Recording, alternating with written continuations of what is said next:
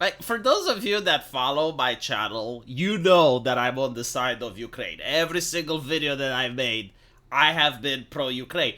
And you gotta be if you're in Eastern Europe. Like, you would be hard-pressed to find many Eastern Europeans outside of Hungary that aren't pro-Ukraine. And the reason Hungary is not that pro-Ukraine is because they get their energy from Russia. Like, they don't have natural gas resources, so, like, that's what they gotta do. So, again, it's like the geography that dictates politics here in Europe. Like, most of the time, you do not have the opportunity to be ideological. It's like, okay, well, this is where you're at, these are who your neighbors are, and you gotta make alliances based on the resources, the geography. Now, in the case of Russia, throughout time, they have been treating their neighbors quite poorly. Like, there is a reason why most countries want to join NATO. Because a lot of people go like, well, why is NATO expanding all the way to the border to Russia? Which is one of the questions. But the other question is like, well, why do these countries join NATO and they're not joining a Russian alliance? I mean, can you imagine a situation where Canada would join an alliance with China against the US? Or, hell, even Mexico, right? Like, would Mexico decide to join an alliance with Russia against the US, right? So, these are relevant questions. And due to this, yeah, like, I'm on the side of Ukraine. And I gotta say, you know, it vexes me so much because you go on Twitter and you see, like, a guy with the Ukrainian flag and you're like, oh, a fellow European. There's probably many things that I have to discuss with them. And when you start communicating, they have, like, some of the most extremist lib shit takes ever imaginable. So you find yourself being on the same side for different reasons with people that you can't seem to find eye to eye with.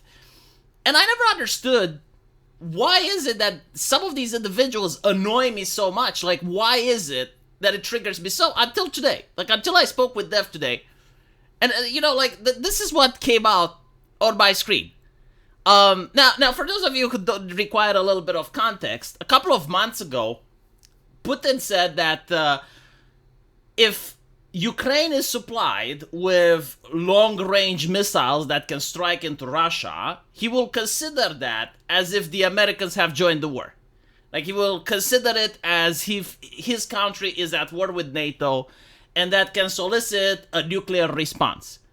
And the reason for this being is that to use these long-range weapons, you actually need the collaboration of US satellites, and you need the US technicians. So like, at this point, he can view himself as being directly involved into a conflict with the United States.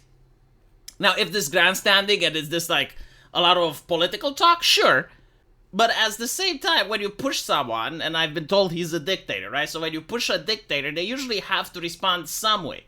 They have to posture somehow. Like, it's going to amplify the conflict. Now the reason that this is interesting is that you got Dev that is basically saying based shoot more. And this actually triggered me. And I had to wonder, like, why? Why does it upset me so?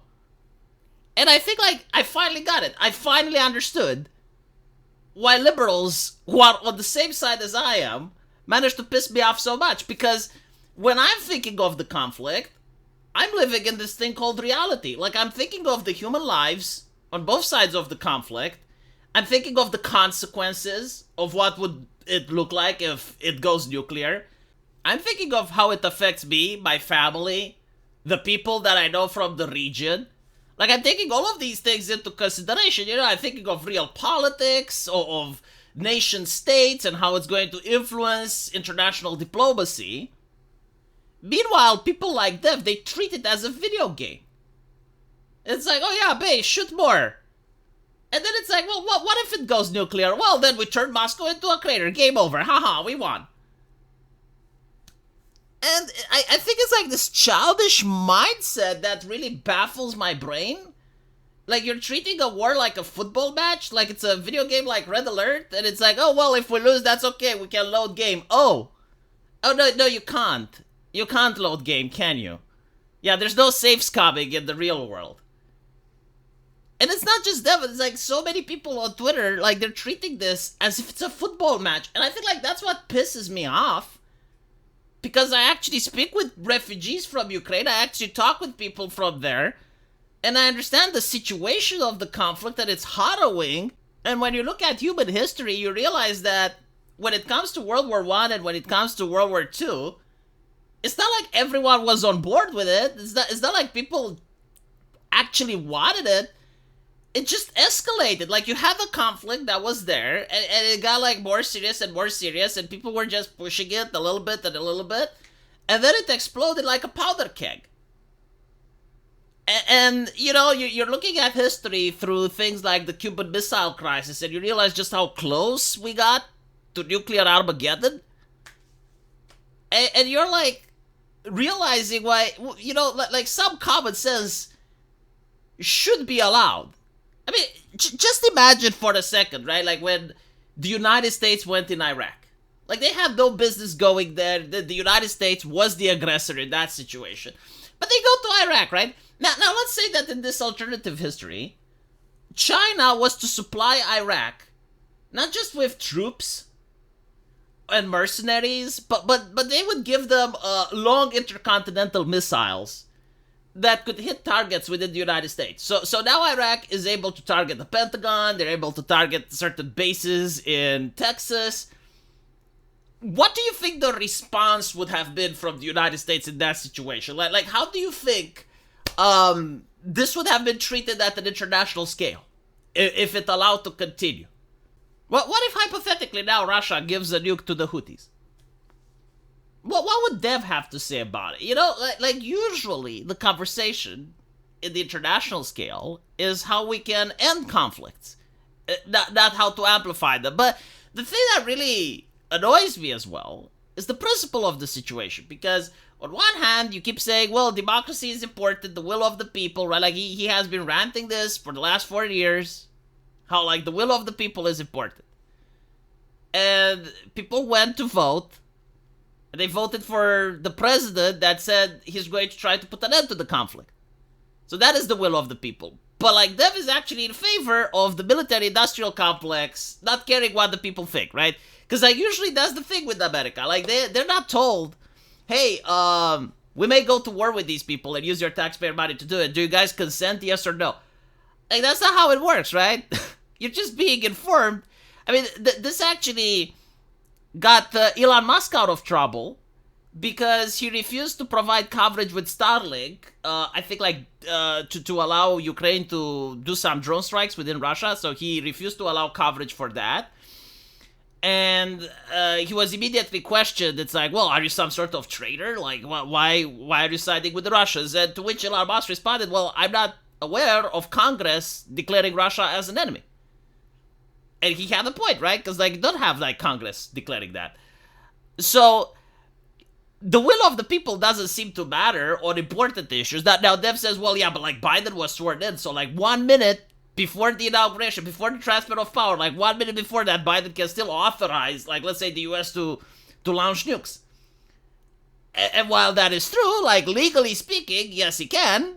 Morally speaking, if you're actually concerned about the will of the people, when Biden got into office, the war in Ukraine didn't exist, right? So, like, people didn't vote on that. They were never polled on that. But now that they actually voted for Trump, it's obvious where the will of the people is. And, well, you know, legally speaking, even in a democracy, you have ways to bypass the will of the people. The question is, like, do you care about the principle or do you just care about the letter of the law? So, again, like, another thing that upset me, because I constantly have to wonder, like, why are people on my side annoying me so? Like why is it, like, they hold the same beliefs, and for some reason, it seems that it infuriates me. And this is it, like, the fact that they don't have principles. It's like war hawking as if it's a video game, as if he's playing Red Alert, Command and Conquer, and he's just, you know, like, left-clicking the mouse and selecting the soldiers and right-clicking to send them to battle. While the people that live in the real world, they're like, well, shit, you know, there's human beings that are dying, and they're never going to be brought back, and there's monuments that are being destroyed, and they're never going to be rebuilt, and you're actually thinking about the consequences on the ground, and then you're thinking, well, what if this actually expands? What if it goes into the rest of Europe? And what would this mean for the economy? And you know, like, other questions that people in the real life have to deal with. But I guess I'll just have to ignore them. I mean, he's a Canadian, and he also knows what luxury beliefs are, and I think, like, this is the epitome of a luxurious belief, because as far as I know, he has not donated a single dollar for the conflict. he's not going to enlist himself and be part of the conflict. And I'm pretty sure that if Canada would ever, join a foreign conflict, it's not that Dev is going to enlist, but if it actually comes to a draft or some shit, he may even flee the country. Correct me if I'm wrong. Like, if my assumption is wrong, I'm willing to take that back. If he is actually offering himself to fight on the front lines and defend the reputation of the nation and the system that he wants to create, then yeah, sure, I'll take it back. But I have a feeling he doesn't. Let me know what you guys think, though. And as usual, I will see you in the comment section. Take care.